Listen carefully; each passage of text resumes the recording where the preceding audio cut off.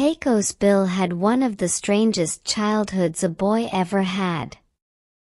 It all started after his father decided that there was no longer enough room in East Texas for his family.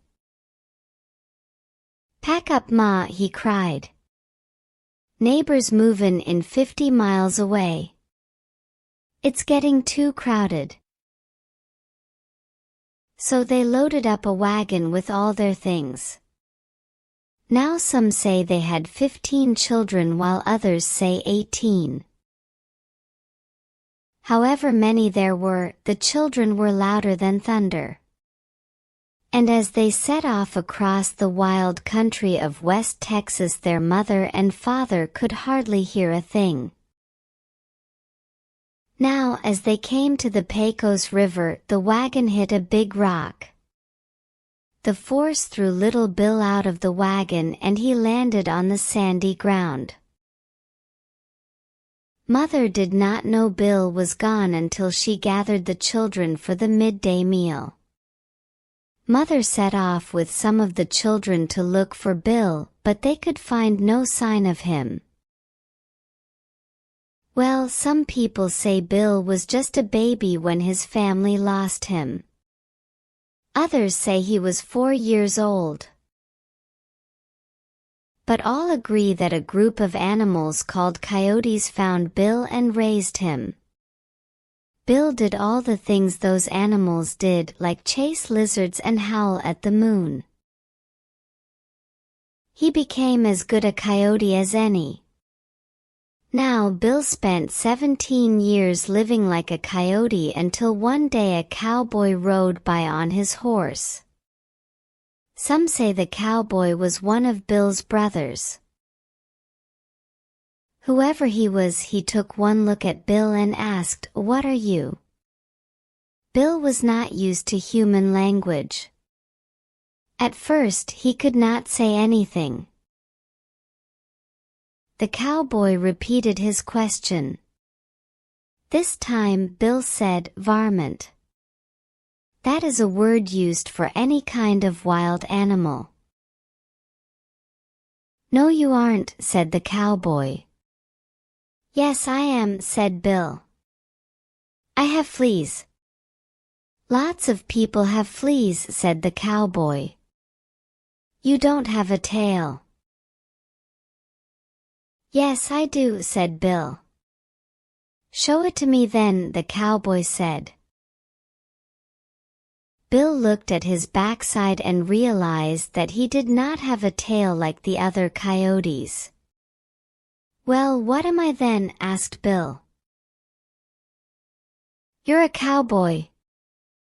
So start acting like one," the cowboy cried out.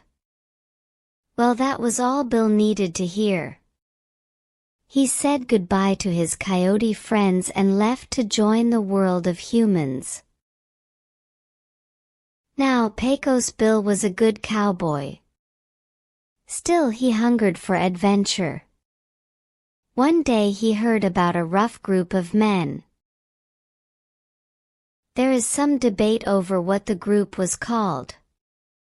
But one storyteller calls it the Hell's Gate Gang. So Bill set out across the rough country to find this gang of men. Well, Bill's horse soon was injured, so Bill had to carry it for 100 miles. Then Bill met a rattlesnake 50 feet long. The snake made a hissing noise and was not about to let Bill pass. But after a tense minute, Bill beat the snake until it surrendered. He felt sorry for the varmint though and wrapped it around his arm. After Bill walked another 100 miles, he came across an angry mountain lion. There was a huge battle, but Bill took control of the big cat and put his saddle on it. He rode that mountain lion all the way to the camp of the Hell's Gate Gang. Now when Bill saw the gang, he shouted out, "Who's the boss around here?" A huge cowboy, 9 feet tall, took one look at Bill and said in a shaky voice, "I was the boss.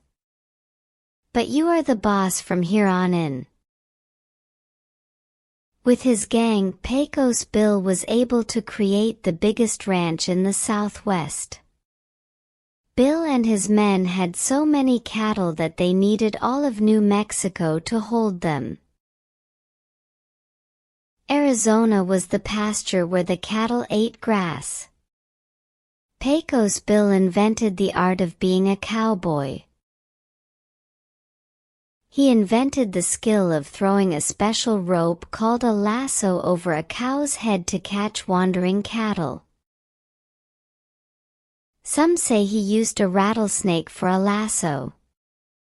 Others say he made a lasso so big that it circled the whole earth. Bill invented the method of using a hot branding iron to permanently put the mark of a ranch on a cow's skin. That helped stop people from stealing cattle. Some say he invented cowboy songs to help calm the cattle and make the cowboy's life easier. But he is also said to have invented tarantulas and scorpions as jokes. Cowboys have had trouble with those poisonous creatures ever since. Now Pecos Bill could ride anything that ever was. So, as some tell the story, there came a storm bigger than any other. It all happened during the worst drought the West had ever seen. It was so dry that horses and cows started to dry up and blow away in the wind. So when Bill saw the windstorm, he got an idea. The huge tornado kicked across the land like a wild bronco. But Bill jumped on it without a thought. He rode that tornado across Texas, New Mexico, and Arizona, all the time squeezing the rain out of it to save the land from drought. When the storm was over, Bill fell off the tornado. He landed in California. He left a hole so deep that to this day it is known as Death Valley. Now Bill had a horse named Widowmaker. He got that name because any man who rode that horse would be thrown off and killed, and his wife would become a widow. No one could ride that horse but Bill. And Widowmaker in the end caused the biggest problem for Pecos Bill. You see, one day Bill saw a woman. Not just any woman, but a wild, red-haired woman riding a giant catfish down the Rio Grande River.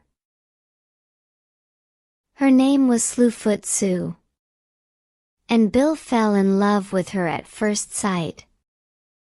Well, Bill would not rest until he had asked for her hand in marriage.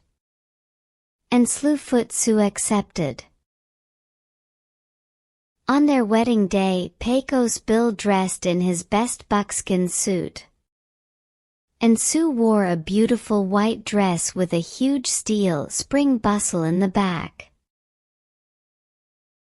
It was the kind of big dress that many women wore in those days, the bigger the better.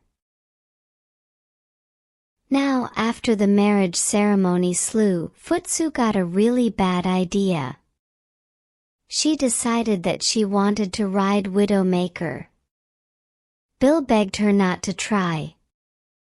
But she had her mind made up. Well, the second she jumped on the horse's back, he began to kick and buck like nothing anyone had ever seen. He sent Sue flying so high that she sailed clear over the new moon.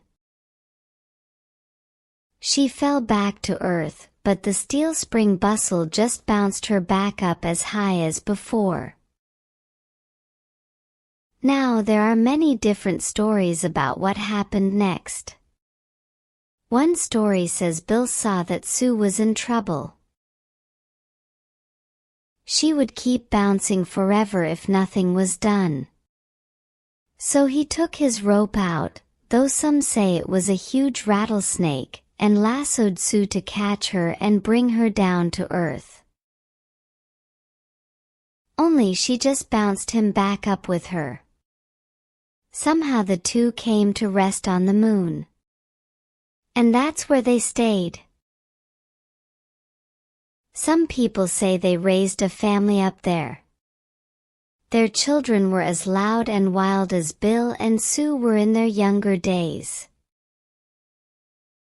People say the sound of thunder that sometimes carries over the dry land around the Pecos River is nothing more than Pecos Bill's family laughing up a storm.